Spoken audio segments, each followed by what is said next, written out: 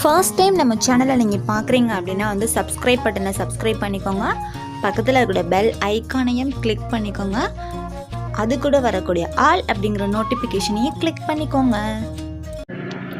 Hi hello friends, எல்லாருக்கும் வணக்கம். இன்றைக்கி நம்ம இந்த வீடியோவில் ஒரு பியூட்டி டிப்ஸுங்க, நேச்சுரலாக இருக்கக்கூடிய ஒரு பேக், இதை பற்றி தான் நம்ம வந்து பார்க்க போகிறோம். ஸோ எல்லார் வீட்லேயுமே இருக்கக்கூடிய இந்த டொமேட்டோ இதை வச்சு தாங்க ஒரு பேக் ஒன்று ப்ரிப்பேர் பண்ண போகிறோம். அதாவது ஒரே நைட்டில் வந்து நம்மளுடைய ஃபேஸ் வந்து ரொம்ப சைனிங்காகவும் ரொம்ப ப்ரைட்டனிங்காக இருக்குது அப்படின்னு சொன்னால் வந்து யாருமே வந்து நம்ப மாட்டாங்க. பட் யூஸ் பண்ணுறவங்க பார்த்தீங்க அப்படின்னா அவங்களால மட்டும்தான் ரியலாக வந்து உணர முடியும்.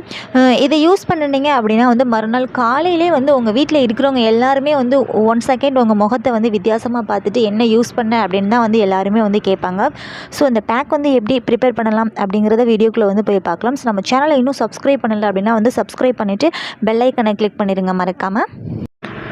ஸோ நாட்டு தக்காளி பார்த்திங்க அப்படின்னா நல்லா வந்து ஒரு பழுத்த பழங்க. ஸோ அரைப்பழமாக இருக்கக்கூடியது நல்ல பழுத்த பழத்தை வந்து தோலெல்லாம் எடுத்துகிட்டு அதை சீட்ஸோடு நான் வந்து நல்லா வந்து பிசைஞ்சு வச்சுருக்கேன். ஸோ சீட்ஸ் வந்து கண்டிப்பாக இருக்கணும். சில பேருக்கு வந்து இது பிடிக்கலை அப்படிங்கும்போது அதை வந்து ரிமூவ் பண்ணிடுங்க.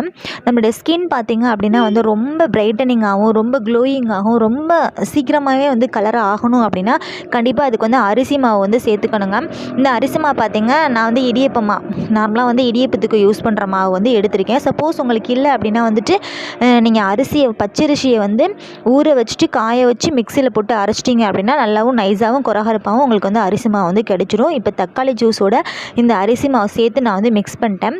அடுத்தது பார்த்திங்கன்னா நான் என்ன எடுத்திருக்கேன் அப்படின்னா வந்து ஹனிங்க. அந்த ஹனி அப்படிங்கிறது நாங்கள் இயற்கையாகவே வந்துட்டு குழந்தைங்களுக்காகவே மலைத்தேன் வந்து நாங்கள் கேட்டு வந்து வாங்கி வச்சுருப்போம். ஸோ அதை தான் வந்து இன்றைக்கி நான் வந்து 1/2 ஸ்பூன் வந்து எடுத்திருக்கேன்.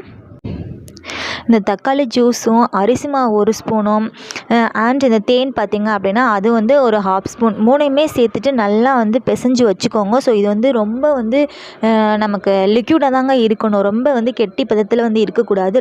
லிக்யூடாக இருந்தது அப்படின்னா வந்து நல்லதுங்க. ஸோ எல்லாத்தையும் பார்த்திங்க அப்படின்னா வந்துட்டு ஃபுல்லாக வந்து மிக்ஸ் பண்ணி வந்து எடுத்துக்கோங்க. ஸோ இதை எப்படி வந்து அப்ளை பண்ணணும் அப்படிங்கிறதையும் நான் வந்து சொல்லிடுறேன். நீங்கள் வந்து நைட் வந்து தூங்குறதுக்கு முன்னாடி நீங்கள் காலையிலேருந்து போட்டிருக்க மேக்கப் எல்லாத்தையுமே வந்து ஃபுல்லாக வந்து ஒன்ஸ் எல்லாத்தையும் வந்து கழுவி எடுத்துக்கோங்க.